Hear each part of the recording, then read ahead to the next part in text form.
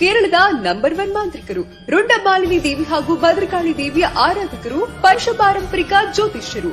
ಬದುಕು ಒಂದು ವಿಸ್ಮಯ. ಜ್ಯೋತಿಷ್ಯ ಶಾಸ್ತ್ರವೇ ಒಂದು ದಾರಿದೀಪ. ಫೋನಿನ ಮೂಲಕ ನಿಮ್ಮ ಭವಿಷ್ಯ ತಿಳಿದುಕೊಳ್ಳಿ.